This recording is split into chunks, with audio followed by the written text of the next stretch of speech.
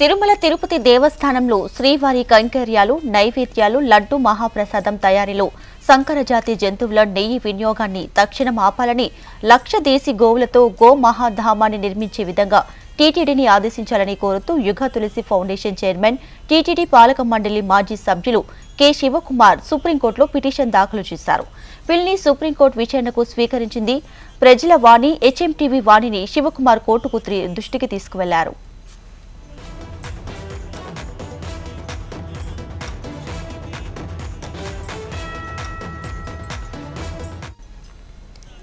తిరుమల తిరుపతి దేవస్థానంలో శ్రీవారి కైంకర్యాలు, నైవేద్యాలు, లడ్డు మహాప్రసాదం తయారీలో సంకరజాతి జంతువుల నెయ్యి వినియోగాన్ని తక్షణం ఆపాలని లక్ష దేశీ గోవులతో గో మహాధామాన్ని నిర్మించే విధంగా టీటీడీని ఆదేశించాలని కోరుతూ యుగ తులసి ఫౌండేషన్ చైర్మన్, టీటీడీ పాలక మండలి మాజీ సభ్యులు కె శివకుమార్ సుప్రీంకోర్టులో పిటిషన్ దాఖలు చేశారు.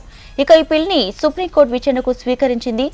ప్రజల వాణి, హెచ్ఎంటీవీ వాణిని శివకుమార్ కోర్టుకి దృష్టికి తీసుకువెళ్లారు.